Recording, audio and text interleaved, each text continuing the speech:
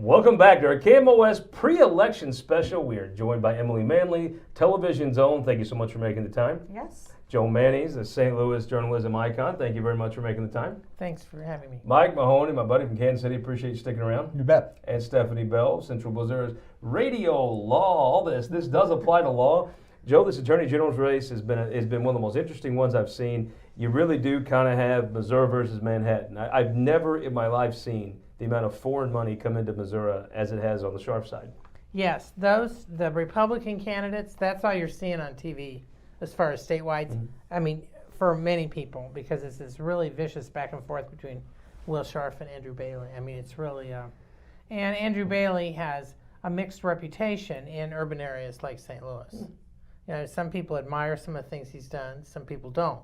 So there's a strong opinion on that. A lot of people don't know Will Scharf that well. I do because I'm a political junkie, but it's been interesting. Scharf's ads where he says, you know, he's Trump's lawyer. I'm curious to see how that plays in the St. Louis area. It probably played well in South County, but I'm not sure elsewhere. But I think that one's one of the more intriguing races statewide as far as my region. Oh. Emily, I think, there's been, I don't know how many millions of dollars of foreign money's come in against Bailey, and he's maintained the lead. I think on some level, I mean, Andrew Bailey is actually a qualified war hero. I think it's almost hard to come up with a reason, or maybe you need to give him a reason, to fire a war hero in Missouri.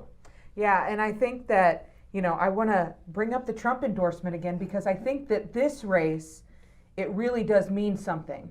Because Will, in all his commercial ads, I'm Trump's lawyer, I've been Trump's lawyer. Okay, but Trump didn't endorse just you. So I definitely want to bring that up here that, when Trump came out and said that, he didn't just endorse Will, I think that that's a big deal.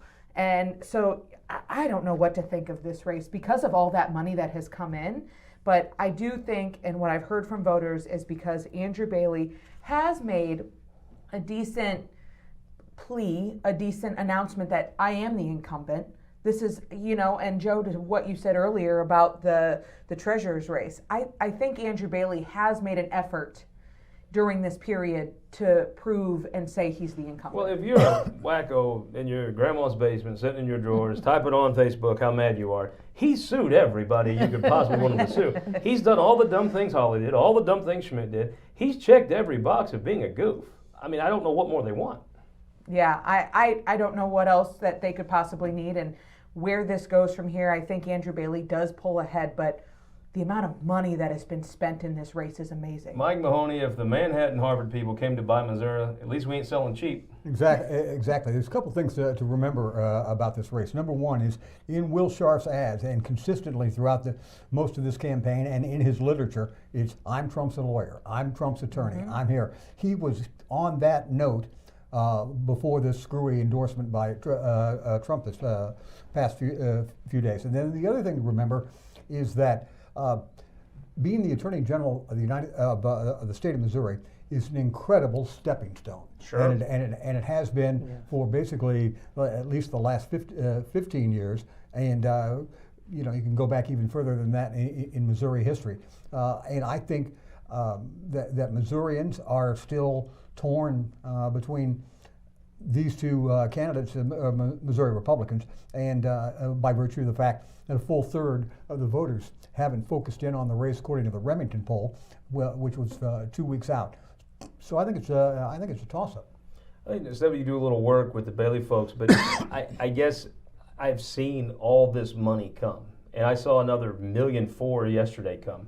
It is an amazing amount of money. Somebody out there in Manhattan sure values us, don't they? Apparently, if I have to pick Missouri over Manhattan, I'm Missouri all day long. Andrew, he's got a great story. He has a great team. And I think when people ask me how I got into radio, I say I didn't ever really want to do it. It kind of found me, and it was just a natural fit. And I really feel that about Andrew. I mean, you got to remember when Will first announced, he said, I'm running for statewide office. He didn't even say he wanted to be the Attorney General. Andrew, got appointed into this office, and in such a small amount of time to run that office, to run a law firm of that size, and then also run your first statewide campaign, I couldn't be more impressed. And there are people, when he's out on the stump, against much more seasoned politicians, they say that was the best that I saw all night long. It's good.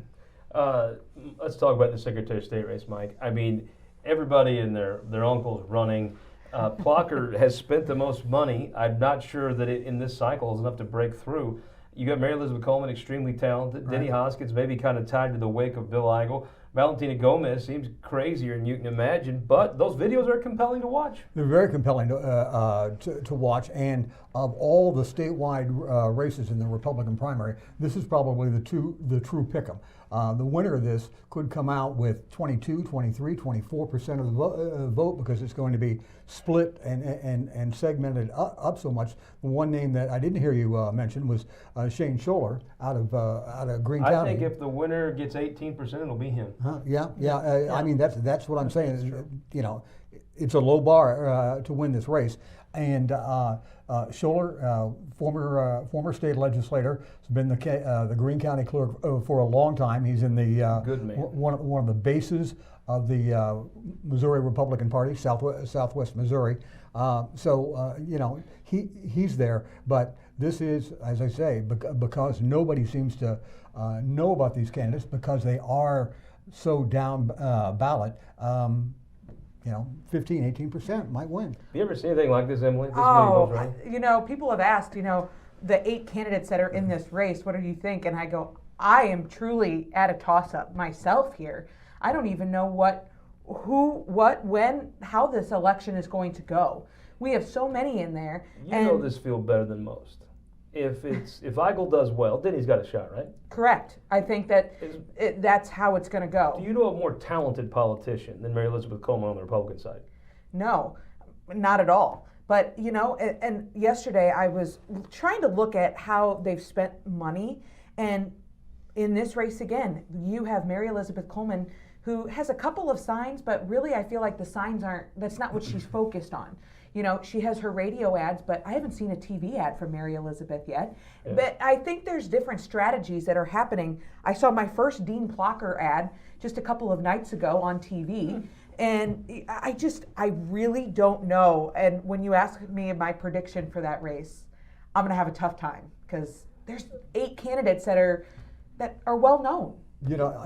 Scott, I don't think most Missourians, including many Missouri Republicans, know much about Dean Plocker's ethics struggles in this past session. To the degree that they know it all, they just know it was something.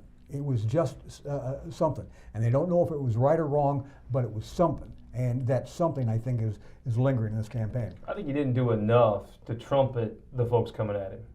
I mean, I think he did a fair amount, but again, there's so much going on that I think it's hard to clear the clutter. I do think, press bad or good. I mean, I think maybe this race does come down to name ID. We do some work with Dean, and I think, while we talked about Shane Scholler, and I think maybe he's almost overqualified for the elections piece, he's very technical and knows all the nitty-gritty details, but in that office, you also have to have a vision for leadership for more than just elections. That office affects Missouri businesses, it affects securities, and I think having someone in there that has the breadth of experience that Dean has would really serve our state well.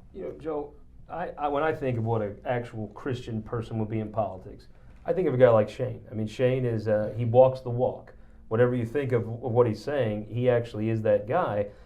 It kind of comes down to, has Trump run those Christian conservatives? I mean, that used to be a big part of the party they talked about. I mean, you're not really going to be a Christian conservative supporting a thrice divorced Donald Trump, right?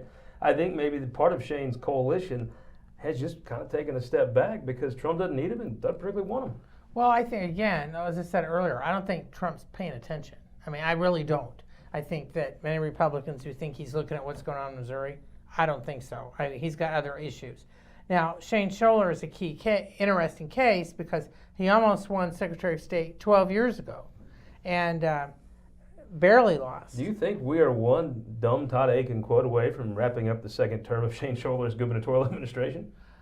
I don't know about that, but my point is that like on my side of the state, I have yet to see anything by him, and I know how qualified he is, and that it just strikes me that virtually, especially in the Secretary of State's race, I don't know if everybody's waiting till the end, and because of St. Louis area, the market's expensive, so they're holding off.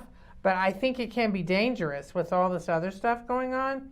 That I mean, frankly. I mean, Dean Plocker is from the St. Louis area, but I'm not sure how many, non-activists even know who he is, even though he's House Speaker. Because I've seen House Speakers flame out when they've run for statewide office. It's a lot longer list and succeeded. Because they think they're well known, and they're not. I mean, should they be? Yes, but they're not. And I think in this contest, especially on the Republican side, I'm really surprised that I'm virtually seeing no ads. I, drove down here from St. Louis. I heard a couple radio ads in the governor's race. Nothing else. So, and these were from St. Louis stations. So far they're kind of competing as ghosts almost. So I'm just wondering what's going to happen in the final days. The Speaker of the House is a big deal to about 5,000 people in the state of Missouri. Yes, you're absolutely right. Seriously. And for those 5,000 people, that office and that individual carries a lot of juice. But beyond that, most people I don't know, and I don't think that they care, nor do they understand what a speaker does. The last speaker that won a statewide office, would it be Kenny Rothman? Trying to think. I'm not sure. Actually, I think you're right. I think Rothman, because I know, Steve Gaw, thought he had it. Lost. He lost 30 years. And I agree. I don't think people are known well enough in this race across the state. Mike, you're from Kansas City. Do you think people know who Mary Elizabeth Coleman, Dean Plocker is? And then let's go and talk in St. Louis. Shane Stoller, who is he? Yeah. I think there are not enough names known across the state. And I think when we see the map at the end of the election night, we're going to see St. Louis County, okay, they voted for Dean Plocker. All right, Franklin County, Jefferson County voted for Mary Elizabeth Coleman. I truly believe that this race, because there's so many candidates, I like that prediction. I hope it's true. I mean, that's just how I feel, because I just haven't. These people, yes, they are state legislators. Yes, they've maybe past legislators, but. So you're saying this is a great chance for somebody named Steve Bond to throw his hat in and win, right? Yeah, actually, because like I was saying before, you're not seeing ads. So I think except for the few thousand real ardent Republican activists, they go to the polls and people are going to be like, who are these people? This was Amy Blunt's big chance. Let's talk about the U.S. Senate. The Republicans don't have a primary. The Democrats do. Lucas Kunce, hustler, seems like a good candidate. He's against Carla May, one of the most articulate. Carla May is a ball of fire, and if I was Lucas Kunce, I wouldn't want to be anywhere near debating her. Well, that's true, but at the same time, Kunce has got the money that's going to win this primary for him. Carla May does not, and I know and respect the senator for her work and her knowledge and her profile in the St. Louis area. But this is sort of like the Secretary of State race. Nobody on my side of the state would recognize her, save for the political junkies like Joe and I, that sort of thing. Joe, do you remember Jake Hummel saying something similar 6 years ago? Yes. Joe, tell me, you've like, covered more than these. And now it's like, who's Jake Hummel? No, so my question was, what percentage do you believe of benefit? I think we'd all agree it's a benefit in a Democrat primary to be a woman, and not just be a woman, to have your name easily known as Carla. I don't know any male Carlas. I think that's an advantage. What percentage do you think it is an advantage being a woman against a man, especially a black woman against a white man in a Democrat primary? Well, I said I'm not sure enough voters even know that Carla May is African American, because even though she is very active and she has won campaigns before that people figured she wasn't going to lose, she's smart about how to run a campaign without spending a whole lot of money. I do give her a lot of credit for that from her previous races, but again, I think it depends when they're looking at this list. I'm going to sound really old here, which I am, but way back in 1992, the Democrats had a really crowded field for Secretary of State, and it was supposed to be this state rep from the St. Louis area, Bob Quinn, who was knew how everything worked, but there was 3 others running, including one woman from rural Missouri. Did you wear this pink jacket today? In honor of Judy Moriarty. Just to talk about Moriarty's Pink Blue Book. Yeah. That's why she's the best. I mean, you can't. I was wondering where I could work it in. But seriously, because I think, and Judy Moriarty won. Mel Carnahan, who was ahead of the ticket, and who Mel Carnahan controlled. I mean, he didn't control who won or lost, but after the primary, he controlled what was going on. And I mean, you know, Bill Webster, who was running for governor on the Republican side, claimed that he'd gone from milquetoast to mastermind. That's what he said about Mel Carnahan. It's one of my favorite phrases. But so Carnahan did a plane flight with all the statewide nominees on the Democratic side, and Judy Moriarty was on there, in part because they wanted to promote her, because again, none of those people on that plane had expected her to win, nor did they really want her to win. It was supposed to be somebody else, you know, who now is retired in Big Silver Shot's Spring. one of the St. Louis, and I can't believe it. Joe, big props for reaching in Yes. and pulling back Judy Moriarty. Big props. Okay. But Okay. she did do the Pink Blue Book, and I still have a lot of my old blue books, and it does stand out on the shelf. Just That like one that would. jacket. One thing to remember about this is that Lance Kunz has raised $11 million. Okay, that's a serious amount of money. But okay? he's going to sit on most of it because he's going to need that But, if Yeah. he gets but through buddy, the he's up on primary. TV, at least over on my side of the state, and Carla May has nowhere near that money. Is But- that a Nowhere mistake? that Stephanie, is that a mistake for him to sit on that money? I think so. I mean, all bets are off here. I think he's going to have to spend it. And what people might not remember about him was he actually in law school. He's from Jefferson City. I went to school with his family, but he ran against Mark Bruns for the House in 2006, I think. Is that right? Anyway, he lost. And so I'm always suspicious of people that their whole life goal is that they want to be a politician. And he lost that race. He just lost another race. I mean, he's not been successful. He's got to find a new path. And it seems like he's running a very similar campaign to what he ran before, and that didn't get him across the finish line. I think he's in trouble. I think, you know, looking past, if Carla May were to win this, look at a chilly October night, Carla May on a debate stage with Josh Hawley. Josh Hawley is a brilliant guy and a very good orator. I wouldn't want to debate Carla May. I have been in the Senate many times until midnight, 1, 2, 3. She starts quoting scriptures, and I'm Yeah. telling you, I've been to a lot of churches. She quotes some I don't even know. And she, because you're making them up. That's also true. That's also accurate. I would say that, and as many debates as I have listened to in the Senate, if there are 2 females that make their point known constantly, however they say it, how many times in a different sentence, it's Tracy McQuarrie or it's Carla May. Yeah. They are good. They know how, and if there would be a debate, this is what I'm talking about, because, you know, Carla May can go off on a Bible verse, but she's going to come right back around and she's going to make her point known 7 times in 7 different sentences, but you're going to know what it is. I'm not going to tell Barb Washington you said that, but I mean, you know. Yeah, don't. Sorry, Barbara. Okay, we've come to take a break. We come back. We're going to talk about some state Senate races, and the best part of the show, we're going to get some predictions after this.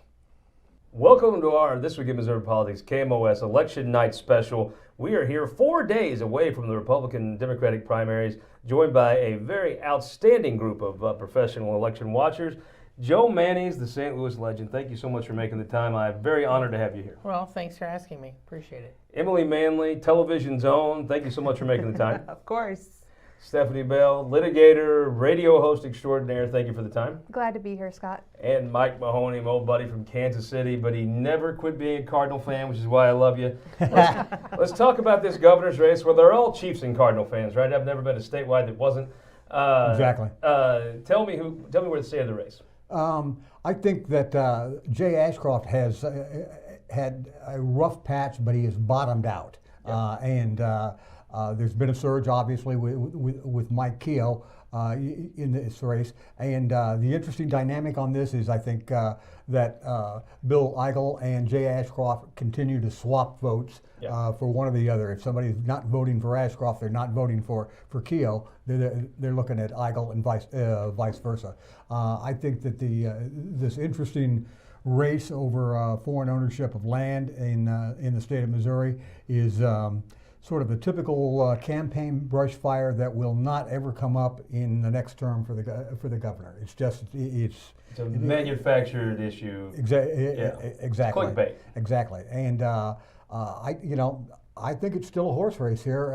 If you look at the Mo Scout Remington poll, and I agree with you, Scott, that I think that Remington in particular does really well in Republican primaries because they're a Republican polling outfit associated with Axiom Strategies. I think it's a horse race between those three, and it's still up for grabs. But clearly Bill Eichel's on the outside. He's got to make a sprint. Joe, it felt to me like, the two races that remind me of this were 16 in the governor's race and 22 Senate race. I look back, when Greitens started taking off, it was right around the 4th. And his polling numbers began to take off and he never looked back. Schmidt started the same trajectory. But if you think about it, in the time surrounding that, Missourians who are raising families, working jobs, going to baseball, planning vacations, they had to have a president go almost blank on a debate stage. They had one former president get shot. They had a president not run. Then they had another candidate step forward who's very interesting and captivating. I think the part of their brains at the time they were going to focus on these races were taken up by these huge historic events. It feels to me like there's a large undecided, larger than normal, because, man, how much can folks take, right? Yes, I mean, when you look at the field, you've got, 9 guys running for men and ladies, running for governor on the Republican side, almost as many on the Democratic side, and even as you say, it's down to really 3 among the Republicans, and 2 on the Democratic, if you notice the ads. But for the average person who's watching the Olympics and just dealing with basic summer, I think it just, at least on my side of the state, I'm not sure that any of these candidates have broken through. There's too many candidates, even those running for other offices. All of them are shooting. I mean, which is shooting something, right? They borrowed the tactic of Eric Greitens from 2016, but when he did it, it was just him and Jason Kander, who was putting together an assault weapon blindfolded. But that was it. So now you've got, when you're watching TV, that's what you're seeing is candidates shooting, showing how they're shooting, saying they're tough on illegals who already can't vote, and they're attacking the whole China land thing, which is interesting to me because I'm old enough that I was here a little over a decade ago when the General Assembly, when they were clamoring because they were trying to set things up for the China hub, which didn't happen. And nobody's explaining that. So I think a lot of this is just going over the heads of the voters or would-be voters who are, as I said, watching the Olympics, doing their basic stuff, and mesmerized by what's happening on the presidential election level. It comes to me that Eichl probably needs a little more luck to win, but he has the message folks actually want to hear. Kehoe's having to play whack-a-mole, and Ashcroft is kind of sitting there hoping enough votes will fall from the other two. I actually want to start out by saying I think that we all took a step back this weekend because I've personally heard from voters across the state that said, I'm going to wait and see who Trump endorses. And then, little did they know. And then we had all 3. We had another Eric run from, just a year or 2 ago. How weak was that? I was shocked. And so hearing from voters saying, I'm waiting to see who Trump endorses. And now, we're just days away. So I would love to know, Missouri voters, what are you thinking? Can I just step in here for a second course. And amplify this point? With the double Eric Trump endorsement from a couple of years ago, and then the triple endorsement in the governor's race, and now the double endorsement in the AG's race. I think Donald Trump is disrespecting Missouri Republicans to the nth degree, okay? If you're not going to endorse one of them, you're being too cute by one half. And I think Missouri Republicans in particular ought to be offended by the fact that this is just a grab for headlines by the presidential nominee, and he's not doing anything to give any guidance to any Republicans, and I think Republicans ought to be offended by that. Stephanie, it does look weak, right?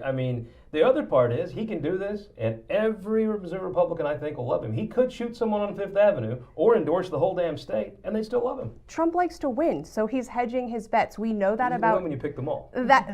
We know that about Trump, and he wants to be a winner, and in this way, he can't really lose. I do think it matters, and I think, there's been a lot of allegations thrown out there about who's a rhino and who's not, and I think Trump's not going to endorse a rhino, and so what it says is we have a great bench of solid conservative Republicans, and when you look at the governor's candidates, candidates, they actually agree. They want lower taxes. They are pro-life. They all support the Second Amendment. And so I think that endorsement kind of levels that playing field. And when people go into vote, it's really about who is working hard and who can get things done. Stephanie, Not just about promises, but who can make these things actually happen. Stephanie, do you think it's disrespectful to Republican voters that he doesn't pick? I mean, Trump's going to Trump. I don't think it's Pick or disrespectful. shut up is my thing. I mean, Yeah. Well, okay. I think the reason he backed several, he's doing this in other states too. Frankly, he's got other things on his plate. Yeah. He's trying to figure out a way to win election to another term. I think what happens in Missouri, this is going to sound terrible, and many of these other states, it's just not high in his radar. Because he knows they're going to suck up to him anyway, right? Yes. So I think, some aide hands him a list, fine. Unless somebody, Yeah. I mean, similar thing was going on in Arizona, which Yeah. already had his primary just a couple days ago. So I think it's just, he's swamped with other issues more important to his own political survival. So it's kind of like, I know this sounds terrible, but I'm not sure how much attention he's paying to who's running in Missouri or in many of these other states. He just didn't have time for it. Let's I talk agree. about the lieutenant governor race, Emily. You've got that ticket. It's really kind of come down to three people: Senator Holly Rader from the Boot Hill, Senator Lincoln Huff from Springfield, and then St. Louis Attorney David Wassinger. You've covered two of those extensively. What do you think? I have, and I think, if you look at their ads that they're running across the state, all three of them are targeting something different. If you really look at it, Holly Rader's in her campaign ad holding a gun, and she's saying that she's going to, With her southern draw. with her southern Yes. draw, exactly, and saying that she's going to make sure that transgender isn't an issue, that she's going to make sure that that is not even a topic. Then you have Wassinger, who talks about his son in being hit by a semi-truck that had illegals in it and how his son survived. And then let's go ahead and add in Lincoln Huff, who's kind of just taken the family background, I believe. You see his kids in his campaign ad. You hear him talk about how he's cut taxes. You hear how he's put together the budget the past couple of years. And so I think that race is interesting because we're hearing different things from all three candidates. And so what Missourians really, it's up to the Missourians to decide which topic they want to focus on the most when they head to the polls. Because I think all three of them that are the head runners in this race, they're all trying different things. And I thought that was, as I watched them all, that's the most interesting piece to me. Yet at the same time, when you look at the Remington poll here, 42% are undecided in that race. I mean, you can make a case that it's going to be a pick'em, and that voters haven't focused on it at all, or any of the other down ballot races. Stephanie, when you get out in the state, which I'm always fortunate to do, I take my F-150 tour around. Right. You do see a ton of Huff signs. You see a ton of Huff supporters. I'm sure they exist. I have not seen Holly as much. But I don't even think Wassinger bought signs. I mean, it is truly, I'm going to write a check, buy TV, and try to win this thing. Well, and I think actually I saw a social media post by Holly Rader that said, I'm not doing signs. My signs are my social media posts. I need you to go out and share them.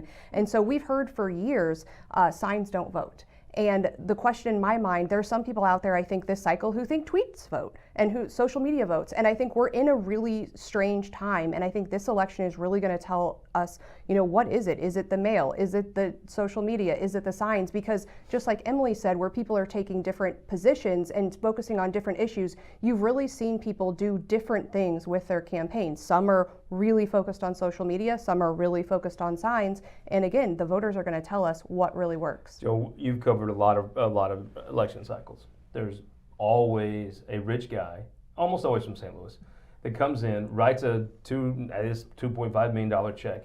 And I could say you buy the race, but it almost sounds derogatory, but Republicans are supposed to like money, so maybe it's not. I do find those folks, if they're not leading by election day, they lose because they just don't have any, while ground game may be less important than it was, it still has a factor. Yeah, well, the one thing I've noticed is that the St. Louis area used to be the political sign capital. I mean, there was always dozens of signs everywhere. You drive around, there's virtually none.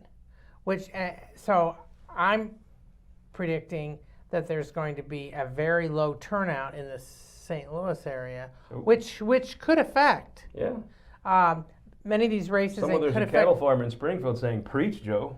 No, I mean, I'm just being honest. I mean, I think that especially because in many cases, many of these contests, there's nobody from the St. Louis area or nobody well known from the St. Louis area who's running.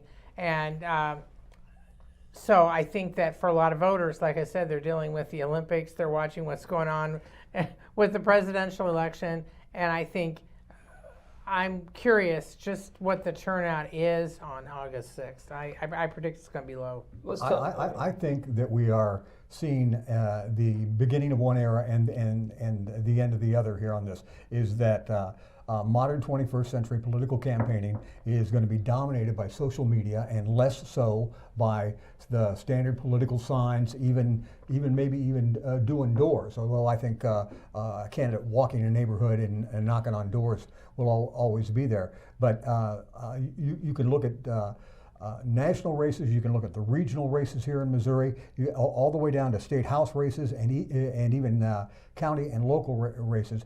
It is often social media that's driving this stuff, and I think that will be that's happening this cycle, and it's going to continue to happen and accelerate for cycles future. Let's talk about a Democrat primary, Stephanie, for governor. You have Crystal Quaid, minority leader in the House for 6 years, paid her dues, took that caucus in a shambles, and now it's actually picking up seats, run for governor. And then I've heard many people, including Crystal, make the case that this society is rigged for straight, white, Christian males with rich daddies.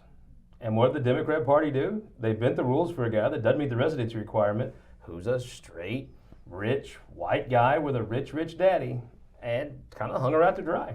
Well, and I think, if you go back to the Lucas Kunce and Trudy Bush Valentine, I mean, he worked really hard, and ultimately she pulled it out. And I think Crystal here is going to pull it out. I think she's very smart. She's reasonable. I think her leadership has been incredible. And we don't agree on many policies, but at the end of the day, I think voters are going to select her. The next time someone comes and tells me this narrative, I might say you're right, because sometimes this narrative has some validity to it. But I'm going to point to the Democrat and say, yes, and your party did it. Well, I think, in the Democratic case, when I'm watching TV, I'm seeing hardly any Crystal Quaid ads. Now she may be trying to weight him towards the last week, because it's often what they do, but I'm seeing a lot more from Hammer than from her. And I'm not sure, again, if there's somebody that's looking at this cold, who are these people?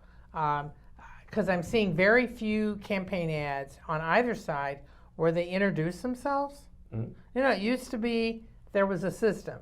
You had the intro ad, then you'd have what I'm going to do for you ad, then it would gradually segue into the negative ads, but you'd have a little bit of positive stuff in there saying, Joe Blow is terrible, blah, blah, blah, blah, blah, but I'll do this, and you're seeing a little bit of that on the presidential side. But it interests me that all these state ads that are running by the candidates for governor, especially, and for treasurer, you can't tell who's who if you don't know. If you don't know from social media or whatever, you have no idea who these people are, at least in the St. Louis area. It is, though, we hear this constantly, that the system is rigged for certain types of folks. And sometimes, I'll be honest with you, compelling reasons why. This time, yes, but it was not some evil Republican that rigged this. It was the Democrats. And I don't know if, Crystal's going to use these final days to make that known. If she does, and maybe that's the way to go about it. Maybe she needs to speak up a little bit more about it and make it known that how she feels, what has been done. And maybe that's her way of getting more votes. But I agree with Stephanie that I think at the end of the day, she is going to pull forward because people have known her across the state. My mailman's sweet on my camera.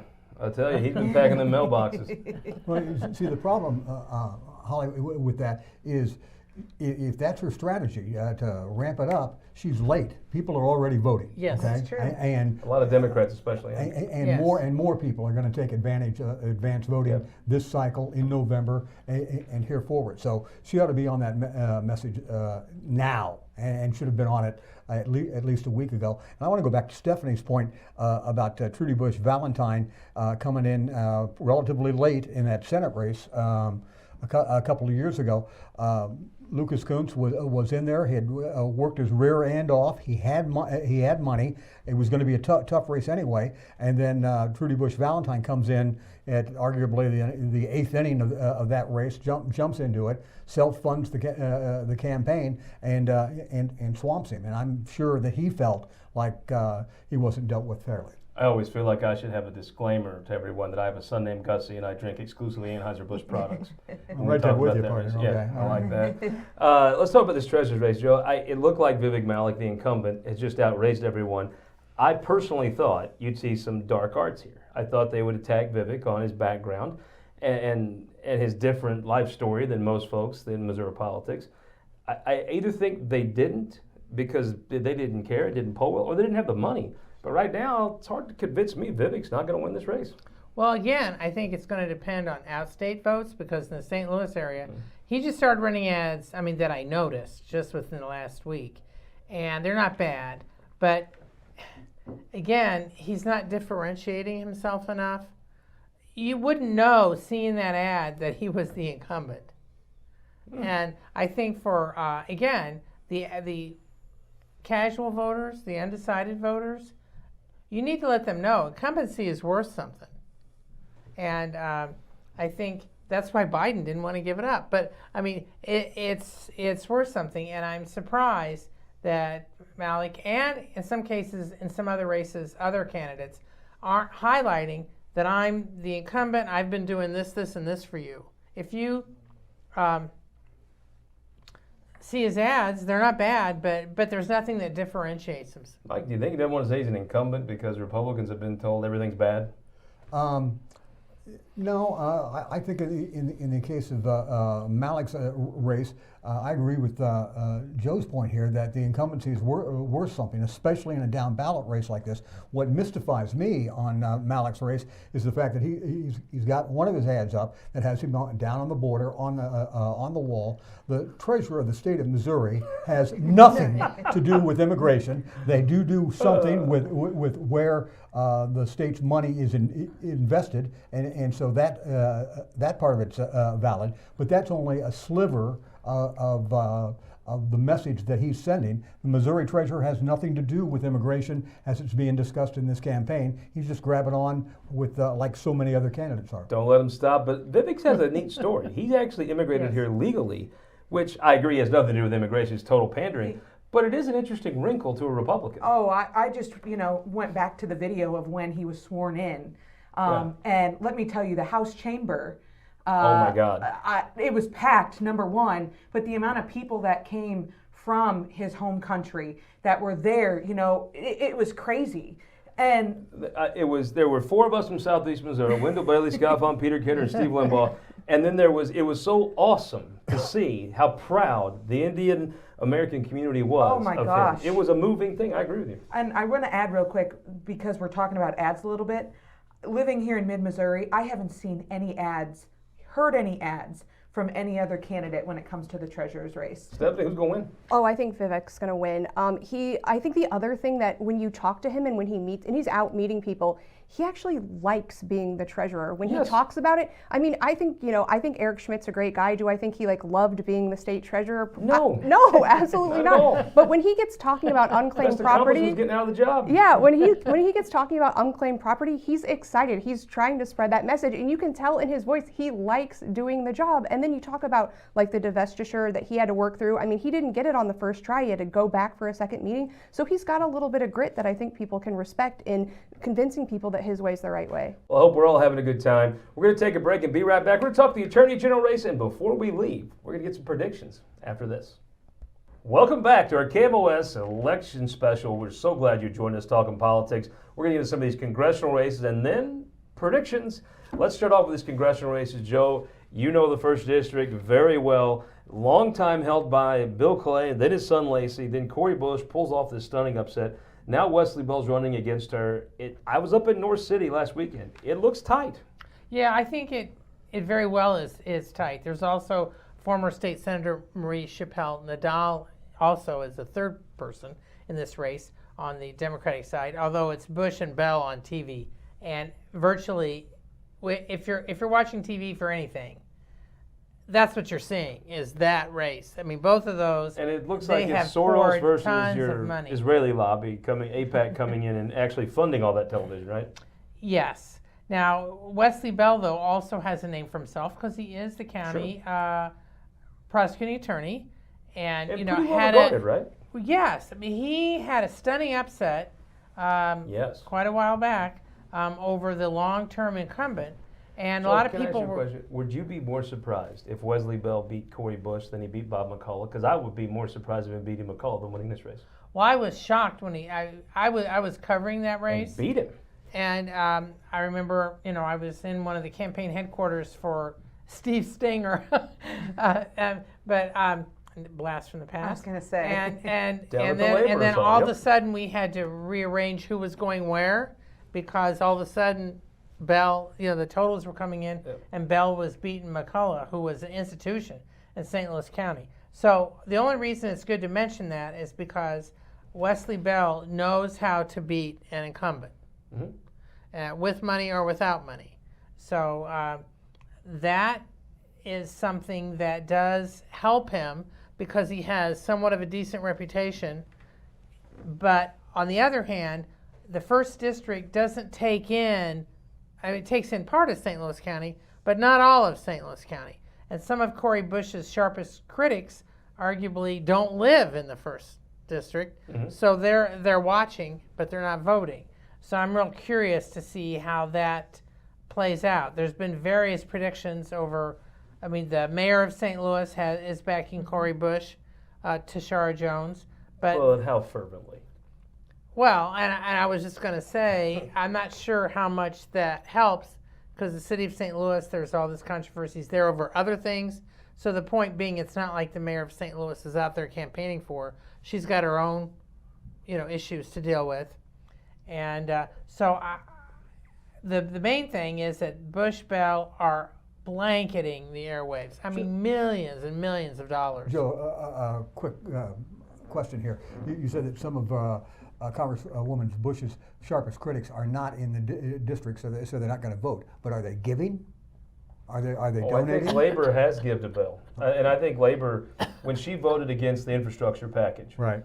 I think that gave Labor the ability to do what they wanted to do anyway, which was to back someone they're not embarrassed of. Yeah, exactly. So Cori Bush, I think, while she's running a lot of ads, and she does have Planned Parenthood support, which is key in the St. Louis area, sure. and is running a lot of ads with them, the fact that Bell has Labor, as well as some of the major Jewish organizations who are upset with Bush because they feel that Bush has been too hard on Israel Right. over the Gaza situation, too outspoken. And again, the infrastructure bill. There's a lot of construction going on in the St. Louis area that she didn't vote for. But she's trying to claim credit for it, Emily. We've seen that a bunch. Yeah, but Bell's hammering You her vote over it. no, then you say, oh, I helped do that. Well, no, you actually were a problem with that. It is interesting, though. There's a guy swinging a hammer wearing fluorescent right now. He doesn't care about who rules Gaza. But that's who's funding both sides of this whole situation behind the scenes. We heard from the Cori Bush people that didn't support her right when all the, earlier this year, Hamas and Gaza, and they said that it was going to hurt her campaign immensely. And Wesley Bell stepped forward and did take the lead, and, he did the right thing at the right time. But when we are talking about this infrastructure bill, and she's claiming that this is what I've brought to St. Louis, this is what I'm doing, I think St. Louisans that are voting for her in that specific district in CD1, that's what they care about, this infrastructure bill, and if she's actually being truthful about what she's done. So, I think a lot of Republicans are like, just leave her right where she is. Keep saying everything she's saying. If you're a Missouri state Republican, you're like, oh, she's the gift that keeps on giving. Just keep talking. And if you're a conservative talk radio host, right? It's I do think she's in a jobs trouble. bill for you, right? Yeah, I do think she's in did create a trouble. job. And I think nationally, we've seen one member of the squad already go down, and so I think there's kind of a national push too to see that momentum continue. It's like one of those things, you might see Matt Gaetz do something and think, okay, that's good point, but you don't want that clown to be your congressman. No. I think there's a lot of folks in St. Louis that are like, even sympathetic to some of the general causes of socialism, that are like, yeah, this is kind of embarrassing. Yeah. Yeah, and Bell has been very careful as far as the Gaza situation. His ads are focusing on infrastructure, the stuff that matters, and the local TV stations, the fact that they've done these ad checks and gone after Cori Bush saying, well, she didn't vote for what she's now promoting, that's hurt her some. So let's talk about the third district, Stephanie. I know you're involved in that, but that takes in your whole listening area. I thought Kurt Schaefer and Bob Onder were neck and neck. I thought Rob was running a great campaign. Trump comes in, he doesn't endorse everybody running this time. He picked one, and he kind of threw some shade on Schaefer. Then Hicks dropped out. Well, I think the race is still within earshot. I think it's been marked by that Trump involvement. Certainly that hurts Kurt Schaefer, and we have done work with Kurt Schaefer. My hope, I think it actually comes out to turnout, and I think my hope is the folks from mid-Missouri really show up, because if you think about it, I like Congressman Mark Alford. I think he's doing a great job. He visits mid-Missouri a lot, but if this race goes to Bob Onder, us folks in Boone County, we've got one congressman in Kansas City and one congressman in St. Louis. We don't have anybody in mid-Missouri, and so having someone who is tied to specifically the university, who's an alum, who cares about that university, who's dealt with those university issues before in in the Missouri Senate, I think I'm hoping the folks of mid-Missouri show up for Mizzou and show up for Kurt. I think he's a conservative guy. I think if you look at his record, it's strong. Known him for a long time, talented lawyer. The other thing Congressman Luetkemeyer pointed out on our show, we have the ability to get some leadership spots in Congress with energy. And Kurt is perfectly positioned to step up into those leadership spots, and I think he could really serve Missouri well in that. Mike Mahoney, I hear Schaefer people say, well, Bob Onder's just going to be the Republicans' Cori Bush. He's going to go say a bunch of silly stuff, no one's going to care, and you'll be in the same spot St. Louis is in. I remember Mr. Onder from being in the state senate. I understand that point of view. I guess the point I just wanted to make on it is, back to the Trump endorsement here. I thought, from an outsider, very much outsider looking in, that it was a pretty close race and was going to remain a close race. And then the Trump endorsement, that was a true endorsement, really sort of turned that campaign on its ear. So we'll see. And the other thing to remember is, and maybe Mark Alford is the exception here, freshman congressmen don't carry much water with anybody. In the case of Alford, he's tried to raise his profile. No surprise, he's a TV veteran. Congresswoman Bush, by virtue of some of her stances with Israel and the war, perhaps some. I don't know that Onder would be a flamethrower, a seriously heavyweight flamethrower. Yeah, I just like to mention, and I don't have any proof of this, but Schaefer and Senator Josh Hawley, were in this contest a few years ago. That's why Hawley's in the U.S. Senate, not Schaefer. And I'm just speculating. Again, I have no proof of any of this. If Hawley or some of his allies whispered in Trump's ear about backing Onder, there may be some still bad blood between Hawley and Schaefer. Again, I have no proof of this. I think that gut may be right. The question would be, Bob Onder's first term in the Senate, he spent a lot of time working, passing things. He lost a leadership race. He spent a lot of time talking his last term in the Senate. Which one do you think will go to Congress? Well, I want to mention with what Mike said, first term congressman, you kind of just are another sheep in the field at that point. But I could Fast forward 5 years, is he Cori Bush or Blaine Luetkemeyer? I could almost see Cori Bush, and my reason to back that up is I saw what happened in the Senate. We had some blocking in the Senate when there weren't certain ways or certain things that happened, and then we had the leadership race, and I think what happens in the Missouri Senate could happen up there in Washington D.C. just as well. And at the very end, Bob Onder definitely took a stand, and he made his voice heard in the Missouri Senate. And I'm afraid that if things don't go his way in Washington, D.C., we could see the same type of thing happen. Maybe not this year, maybe not next year, but years down the road, yeah. Especially in a closely divided House. When he can matter. Yeah. But by and large, freshman members of Congress are busy learning where the bathrooms are. Now, my favorite part of the show, we're going to do a little predictions. Let's start with Congressional District 1. Stephanie, who's going to win? Congressional District 1. Bush and Bell. I'm going to say Wesley Bell. Bell. You think, Bell?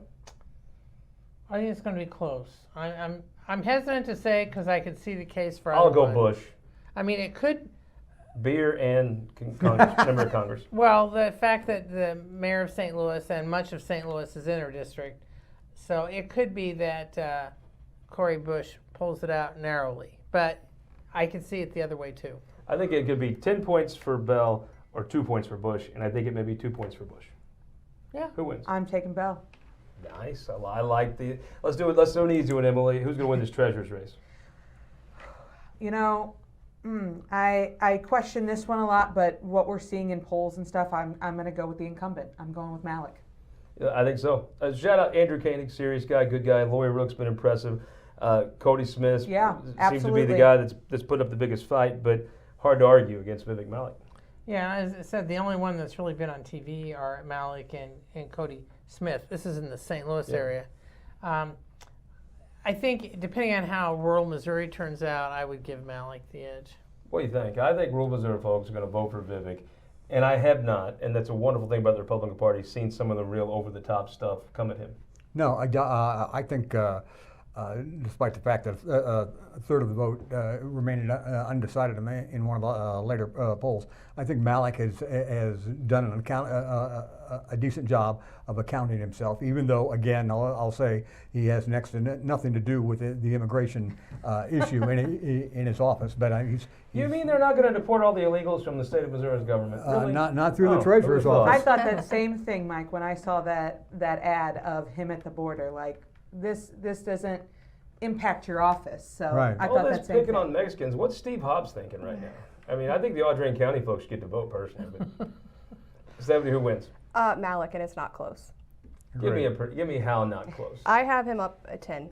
10? Yeah. That's kind of close-ish. Not really. 10? Okay. I bet he would take the double 10. Digits, man. I bet he would take the 10 and go to the barn with it. Who's going to win the Democrat primary for the United States Senate? Ooh, Carla. Who are you going to pick? Coons. And I don't think it's close. Who are you going to pick? I think probably Kuntz only because of the outstate vote. But Who you think? I'm going with Kuntz. So my head says you all are probably right, but my heart says Carla, and I'm going to go with my heart because I just think a debate with her and Josh Hawley would be one of the only debates I'd actually watch, and I just think it'd be fun to watch her go to town. Let's talk about Lieutenant Governor race. Stephanie, who's going to win? It's going to be close, but I'm going to say Lincoln Huff by, Give me the rank. I think 3 or 4. Oh, the rank Yeah. all the way down? Oh, No, my. just the first 3. Lincoln, Wassinger, Hawley. I do like Tim Baker though, the Franklin County Clerk, nice guy. Here's my upset special, Holly Rader. It's an attractive ad that I think Republican voters are going to like. He's going to look so smart. And I think Wassinger is all TV and no ground game, and you got to have a ground game. Lincoln Huff is a good state senator. He's a good legislator. But my wild card special there is Holly. Who wins? I think Holly Rader could pull it out because she's got that strong base in Jeffco and just south of there, St. Francis County, that whole area of the state. She could, even though I wish she had a stronger ad than her just shooting off a gun. Who's going to win? Lincoln. I'm going to go with the cattle farmer. I think the cattle farmer holds off Wassinger. I think Holly's got a lot of political talent. I'm not sure that it was able to come out in this race. Let's talk about the Attorney General. Emily, who's going to be the Attorney General? Andrew Bailey. I think he's got the backing. He's got Parson, and he's proven You're picking that the he's war a- hero. I am. I really do see Andrew Bailey pulling that race forward. Even though there's a lot of money against him, I think him being an incumbent helps. Joe, who wins? Yeah, I think it's going to be close, but I could see Bailey pulling it off because he's highlighting his veteran service. So I picked the Cardinals over the Yankees. I picked What, at 64? I picked the Chiefs over the New York Jets. I'm going to pick the Missouri War Hero over the Manhattan Lawyer. Okay, I think Will Sharp has inoculated himself well as being Trump's lawyer, and that's been burned in in his campaign, I think money talks. And Oh, did Sharp you just won. quote an AC/DC song? I like it. Who wins? I'm going to disagree with Joe in that I don't think it's going to be close, and I think Bailey's going to win. I like the confidence. Now, this is where something that's going to look real smart. Stepping us through the Secretary of State's race, pick a winner. I'm going to stick with what I said previously in that I think just pure name ID rules the day, and Dean Plucker is going to come away, but it's going to be real close. Oh, Kenny Rothman, I know, can't be rooting for that because she'll be the last one. I think it's Shane Scholler for the reasons I expressed earlier. What percentage does Shane Scholler win that race? Oh, 3, 4 tops. 4% might be a blowout. Green County, But did he get Springfield, 18? Joplin. Is he the winner with is it 18%? No, I think it's more like 20, 21, And he can 22. get there? I think so. All right. Who wins? Yeah, I think I tend to go with Mike on this, even though I said none of them have really distinguished themselves on TV. You're not going to pick Valentina Gomez. That's what I was hoping you just turned the whole table well, off. she has these magnetic ads, but I'm just not.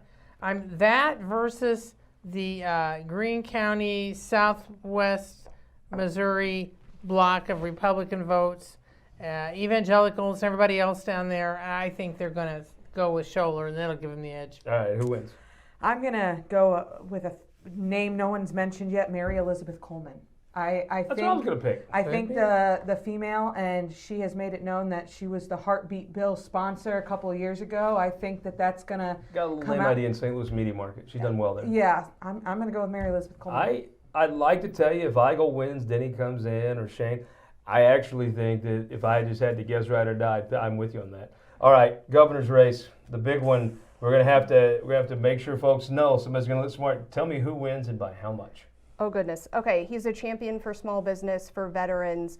No one's working harder. It's gonna be Mike Kehoe, I think, by 6. 6. I like that aggressive. Yeah, I think you are aggressive on that. But I agree. I think it's Kehoe by a nose, Kehoe by 3, maybe 4. What do you think? I think if the St. Louis area turns out at all, I mean, Kehoe, is originally from North St. Louis County. Right.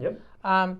I could see Kehoe pulling it off, but again, it's gonna depend. I think it's gonna be tight. Who wins? It's tight. I'm going Kehoe, and I agree with Mike. I think we're only seeing 3. I even have a tough time saying 4, and I think these final days are going to be really interesting for Missouri voters in what we see. But I'm You're going saying Kehoe. he can hold them off. I think Kehoe can hold them off. Interesting. Emily Manley, Television Zone. Thank you so much for the time. People will go back to seeing you on TV more than Mike Kehoe here in a Joe Oh, Mannies from St. Louis, thank you so much for the time. Mike Mahoney, I always appreciate it, sir. Stephanie, do it. thank you. This was fun. Why don't we do this again in the fall? Might as well. Let's Sure. go. Let's do it. Why not? Be fun. I'll have a Thank you so different much for color joining jacket. us. Join us on election night, Missouri Times election night. Election night in Missouri. We'll be here. Live stream us on any of your platforms. We'll tell you only Missouri races from around the state all evening, and we'll see you Sunday on This Week in Missouri Politics.